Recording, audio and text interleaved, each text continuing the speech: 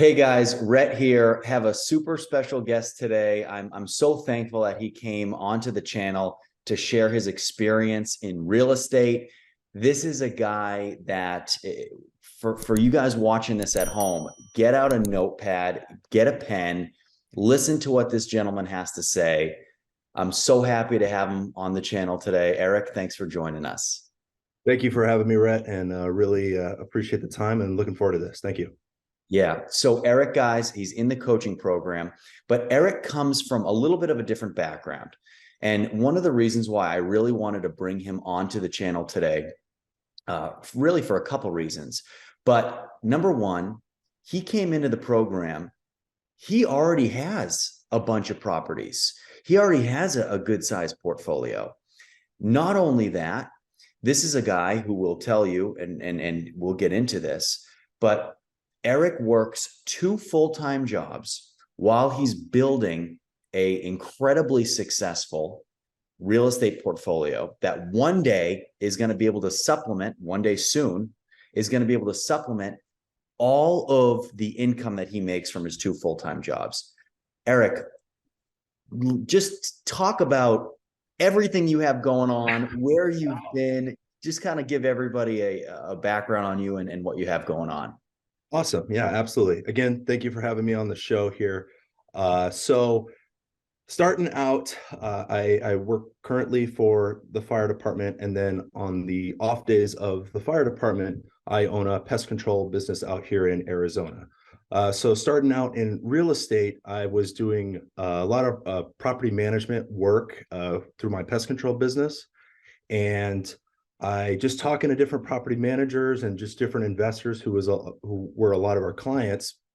They talked to they talked in depth about their properties and how some of these investors were not just out of state but out of country, and they really talked more about working towards passive income and the importance of that. So it got me pretty hooked, pretty excited. So took the leap. The Arizona market is pretty saturated, so I went out of state on my first property, and it was, on the spreadsheet wise, it was perfect. I mean, it looked phenomenal.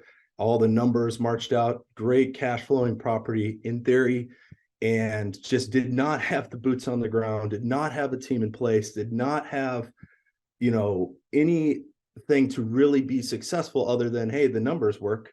And it was every bit of a complete and utter disaster, but I don't take it for granted. It was such a great learning experience. Learned so much on that property. For example, it was a duplex, and the tenants set up a legitimate fight club, like Brad Pitt fight club in the back there. First rule of first rule of fight club: don't tell your landlord. And it was every bit of a just train wreck property. So ended up selling that. The beauty of real estate is I still made out decent on that after everything. We can go more in depth with that later, but ended up buying a Section 8 property in a different market and just fell in love with it and started doing more research on Section 8 and that type of market, and then found your channel, fell in love with it, reached out to you personally, direct message you, not even knowing about you having a coaching program, just wanted to kind of network and introduce myself. And then you brought me on to your coaching program, and it has been nothing but, I mean, it's like, the best way I know how to really explain it is, you really appreciate what you have, your team, your service, even that much more, not having that before. So really appreciative of it, and really looking forward to continual growth, growing out the portfolio and moving forward with that. Well, I appreciate that, Eric, but really that's your initiative to do this, right? You're the one taking advantage of this situation, which is what you need. I mean, look at how many properties you've been able to build. And I want you to get into that in your portfolio and how much money it brings in every single month. But you're also unique too, because in a really short amount of time, you have purchased properties in multiple different ways. You've done cash. You've done cash out refis. We did one a couple months ago where the numbers were outrageous, and we'll get into that here, where you did the Burr method, where we did that together. And now you're in the process of doing that again with another property that we're doing. That's a monster, one of my favorites. So, and we'll get into those here in a minute. But Eric, tell everybody what your portfolio looks like right now. How many rentals do you have? And what is an estimated gross of what they bring in every month? We are at a total of 4 in Louisville, Kentucky. And I do have one property out here in Phoenix. And then we just finished a second property out here in Alabama. As far as passive income, if I had to put a number on those properties collectively, once we put a tenant in the other property that we have that you're talking about that we're burring, we're talking upwards of $1,500 to $2,000 in that area, and in true after property management, after your principal, interest, taxes, insurance, even money set aside for reserves, you're still talking $1,500 to $2,000 in true net passive income, which of course doesn't include all the other benefits of real estate, such as debt pay down, appreciation, tax breaks, and tax deductions as well. So it's been really nice to kind of see that grow. And it's not, what I didn't really even think about or factor is, it's not just the cash flow today, but buying these properties a couple of years ago and seeing the cash flow or the rent growth while the mortgage is still staying the same is another benefit. I honestly, I didn't even really think about long term, and being able to see how the cash flow is just steadily increased over the last year or so. Right. Yeah. And that's good to know, because at the same time, right, whatever our net cash flow is, every single month, we're also gaining appreciation. So if your net cash flow is $2,000 a month after all expenses, that's $25,000 a year in your pocket, right? And that is not including, if every one of your properties appreciates $5,000-$10,000 a year, that's another $35,000-$40,000 a year. It's crazy. It's crazy to think about. So Eric, I want to get into the properties that we have done in the past couple months, because, and we'll start with the first one. And the first one was mind blowing to me. It's incredible. And it was one of my favorite projects that we did in 2022. So you bought a 2-bedroom home, right? Yep. And you purchased it for $35,500. That's correct. Yep, $35,000. And I tell people that, and Eric, they don't believe me. I know. They don't believe it. They call me. They say, "Rhett, what can I buy property for in 2022? I live in Los Angeles." And I say, "Well, I have a client that went under contract yesterday for $35,000." They go, "This is a scam." It's not true. I got a lot. Yep, it's a scam. It's a scam. Right? Yeah. Especially out where you are in Arizona, you can't buy a shed for $35,000. You can't even get a tent. I don't even think. Right. So 35.5. We put 18,000 into it. Does that sound right? 18. Yep. 18,000 into it. We put a tenant in there. Yep. For $950 a month. That's correct. Yep. So you're all into this thing for $53,000. Right. And it's cash flowing. It's renting for $950 a month, 100% Section 8. 100% Section 8. Yep. Absolutely. Great tenant too. Those numbers they're not even real. I mean, they're insane. No, to put the cherry on top, we did delayed financing on that property as well. Yeah, so explain that a little bit, Eric. Absolutely. That worked great for you. Yeah. So essentially delayed financing, when you purchase the property in cash, you're able to at least pull out the money that you put as the the purchase of the property. You can get that back as soon. You don't have to wait the 6-month seasoning period as you would have to wait on your conventional refinances. So once we put the rehab took 2 weeks, maybe, if that.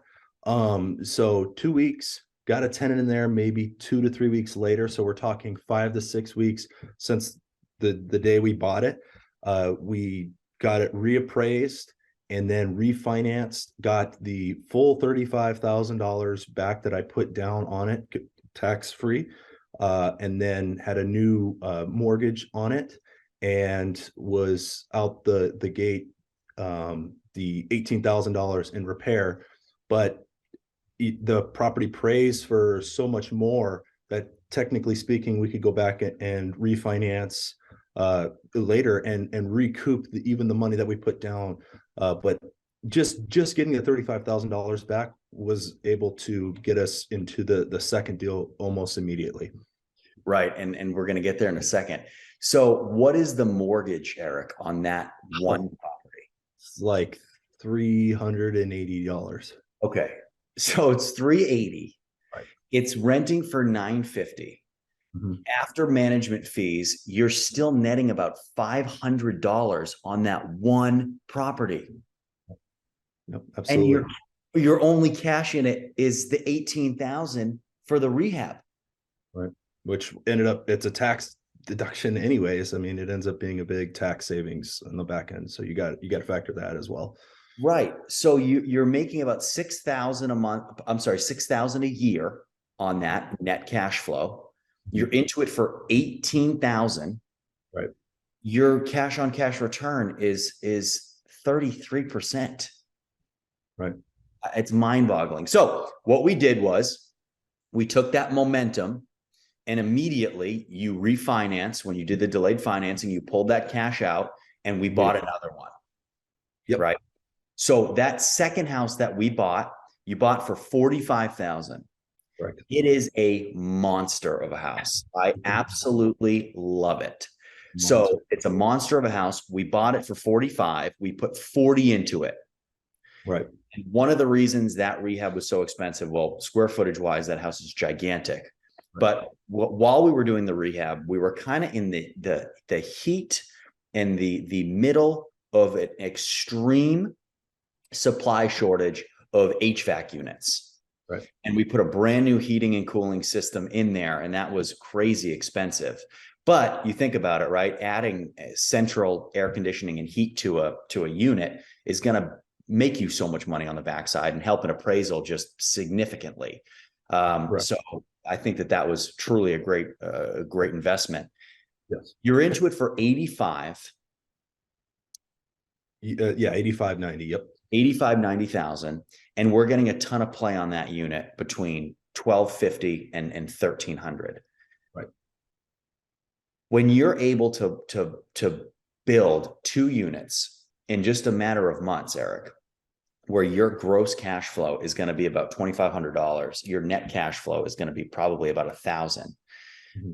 You have added roughly 50% of what your net cash flow has been on your other 4 homes that you've bought with just these 2 Section 8 homes in Alabama. It's unbelievable. Now, it is. And what I love, Eric, too, is this isn't your first rodeo. So you have something to compare it to. Yes. Right. Yes. And talk a little bit about that and some of the challenges that you have faced in the past when it comes to looking at something and saying, and you touched on it a little bit at the beginning, but you look at something online and you say, wow, these numbers work. Right. But then actually putting it into action. Absolutely. Yeah. So when you're first starting out, you're so locked in on the numbers. And don't get me wrong, the numbers are great, but the issue is being out of state, even being in state, but especially being out of state. It's all about your team. And where my issues were before was I was in a market I didn't really know. My property manager was also my contractor, was also my realtor, and there's not really any checks and balance. I just have to go off of that one individual. And when I ended up firing that property manager and rehiring another property manager in the area, which another issue is that there's some markets, there's only one or two property managers. So if you fire that one property manager, you're out of luck. So luckily I was able to find another property manager, but they were like, Eric, a lot of these things that you thought were being done didn't get done. And you've got a fight club in your backyard. And I saw the photos of that. Yeah, it was Fight Flicks. Oh my It was God. on the Facebook page, and it was a whole thing. So, and it was during COVID, so you couldn't evict them. I mean, Oh, not you for. can't do anything. No, I didn't even get tickets to the fight. Yeah, it was. Uh, No, so it was because another issue is you took on another property's tenants, and that not 8 times out of 10 when you're taking on another property's tenants, you kind of have to wonder, well, if these are great tenants and the property's cash flowing so well, why would they want to sell the property? And later I found out why. It had a ton of deferred maintenance because the person who sold it to me was a wholesaler that wasn't even in that state. So there were just so many mistakes that, looking back on, I mean, as I say it out loud, people are probably watching like, this guy's an idiot or just very gullible. But you get locked into those numbers, you get locked into those prices, you get locked in. You want so badly this to work, and it didn't. And then fast forward to a different market, the Louisville, Kentucky market. I equally love that market as well. And having a good team set up there, and falling in love with Section 8, and being able to really appreciate it coming on the other end of it, and then finding your channel. And like I said, reaching out, and as good as I thought I had it in the other market, your team, your people, your property management, your everything out there, your contractors, they're quick, they're responsive, they get it done. It's to be able to appreciate it in such a different manner, being on the other end of what it's like to not have Section 8, to not have a good team, to not have good property management, to not know the market, or know, okay, don't buy in this neighborhood because this is a bad street. All those things that you just took for granted because you just looked at the spreadsheet, and on spreadsheet wise, it makes total sense. But in so many other factors, it doesn't work. So that's why I really appreciate you and your team. It's been an incredible experience, and I look forward to building several more properties, moving forward. well, I appreciate that, Eric. But again, you're the one doing it. And that's what I tell people all the time. I can put it all in your wheelhouse, but you're the one that actually says, okay, I love this property. Let's do it. Let's offer on it. Okay, that's the rehab. Let's do it, and you need to take some credit for that as well, because it's hard to jump. It's hard to do that, especially when you've been burned before, like you have. Yeah, it made me want to quit. It made me want to just put my money in an IRA and yeah. But you find the right team, and it's the dream. It really is worth everything and then some. And to see the cash flow and everything, it's when it's all set up and it's done right, there's nothing better than real estate, specifically Section 8 real estate. So, I love that you just said that, Eric, and you touched on it a couple minutes ago too. But you've had Section 8 tenants, you've had cash tenants, you've bought properties out of state, you've used financing, you've used cash, you've used different management companies.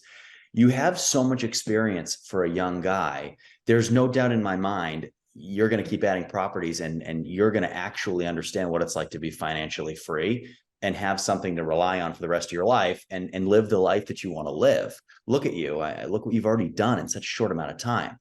But specifically, what I would love for you to talk about, because I know a lot of people watching this video right now, they're battling with something.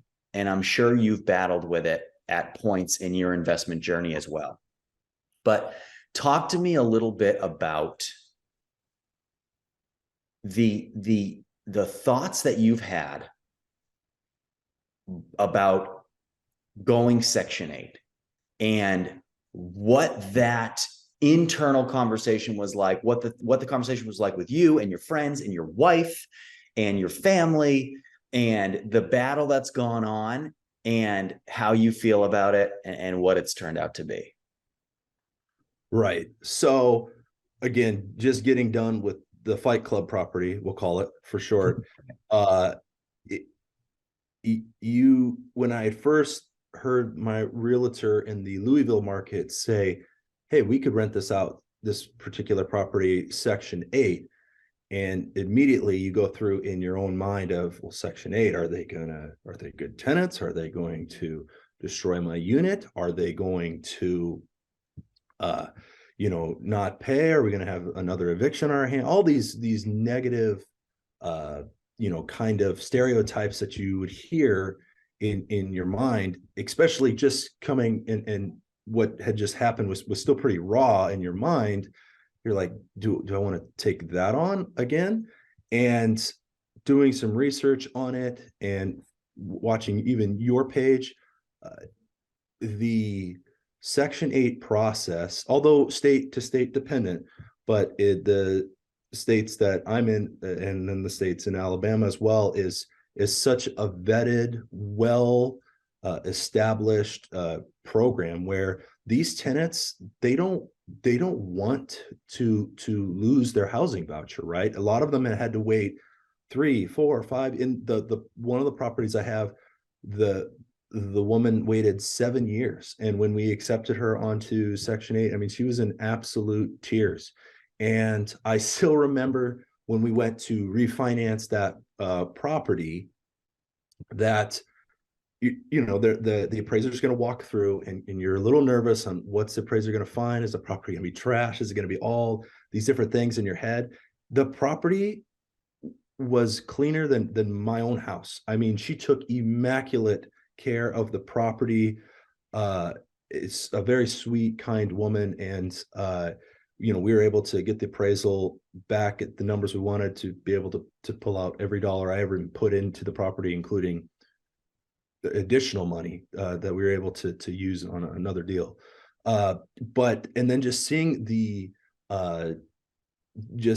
that over and over and over again, and seeing how these tenants were so appreciative to have a property, a place they've been waiting for so long.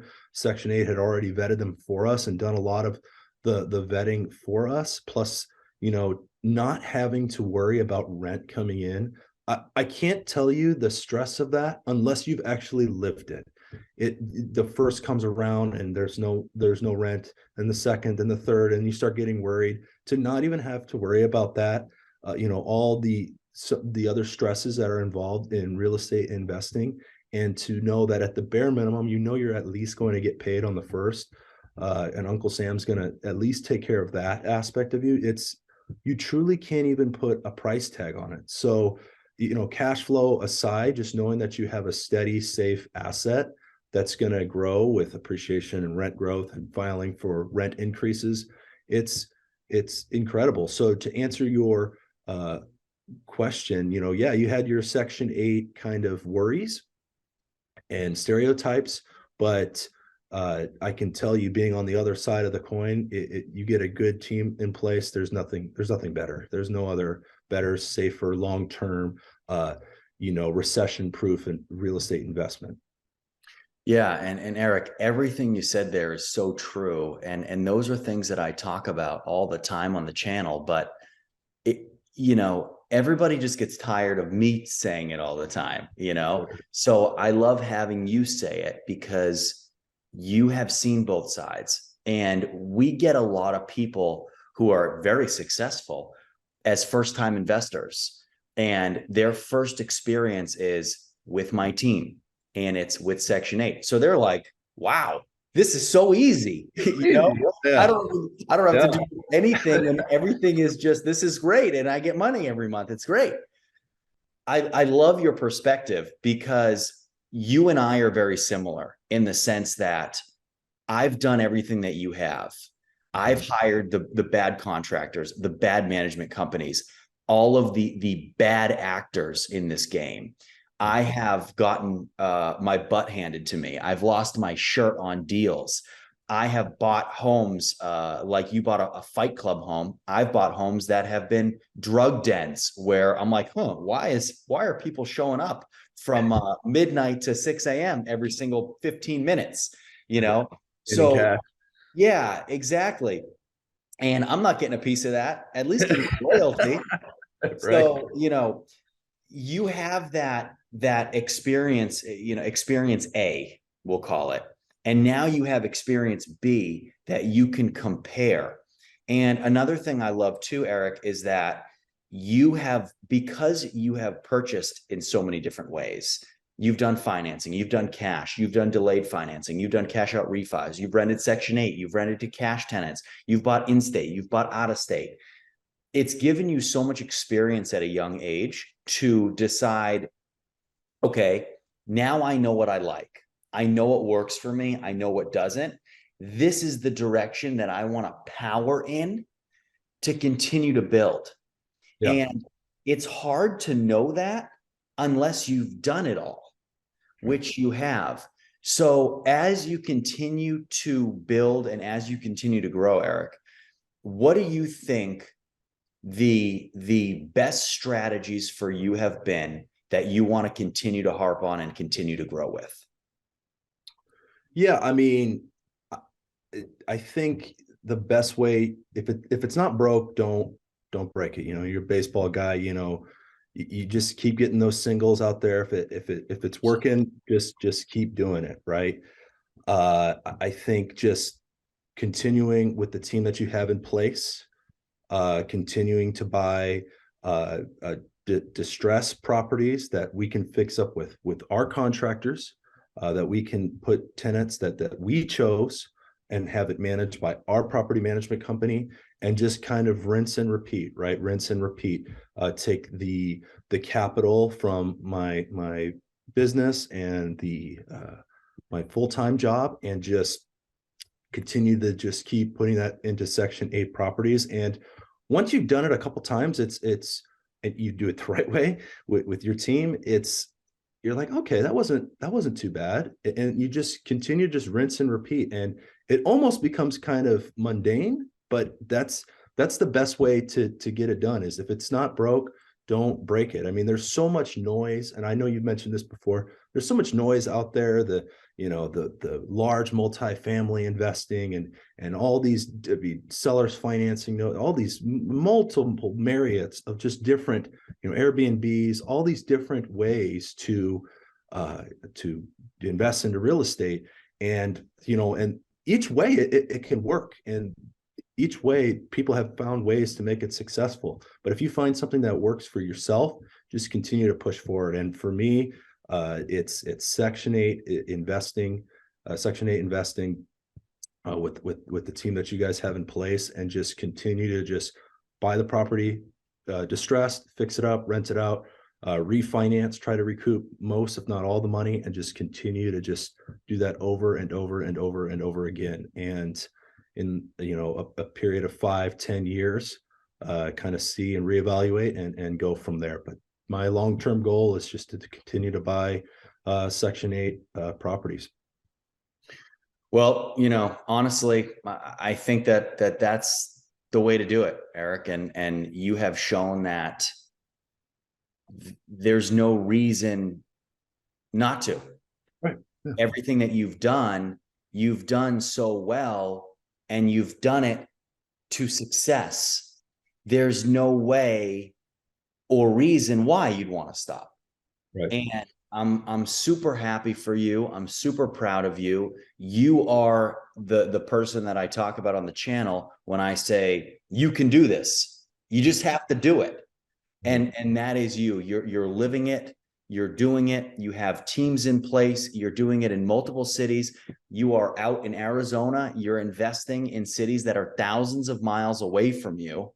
As a matter of fact, I live, right in between Louisville and Birmingham. So I'm right there. You're invested in my neck of the woods, but you're able to do it, and you're able to do it successfully, and it's able to supplement your income every month.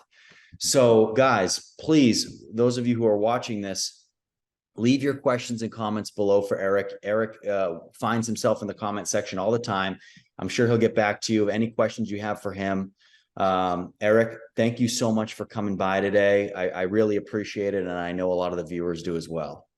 Yeah, absolutely. And they can reach out to me personally as well if you want to throw my email in the, in the title there as well. I'd love to be able to answer any questions about investing in general or your program. I'd love to be able to speak to it, because again, once you're on the other side of it, it's like dating, you appreciate it when you find the one, Right. you just stay there. And you have so much more to be appreciative of when compared to, again, being on the other side of the coin there and really stressing and worrying. So I'd love to be able to answer any questions that your viewers may have as well. Well, I'll definitely do that. And guys, take them up on it. This is not, there's not a lot of times where you can have direct access to somebody like this. You might think you are on Bigger Pockets, but the reality is you go post on a forum, you don't know who's responding to you. You don't know if it's some guy in his basement who's never bought anything in his life and he just thinks Trying to sell you something. Right. Exactly. Exactly. So guys, thanks for watching, and we'll see you next time. And Eric, thanks again. Thanks for having me on. Appreciate it, Red.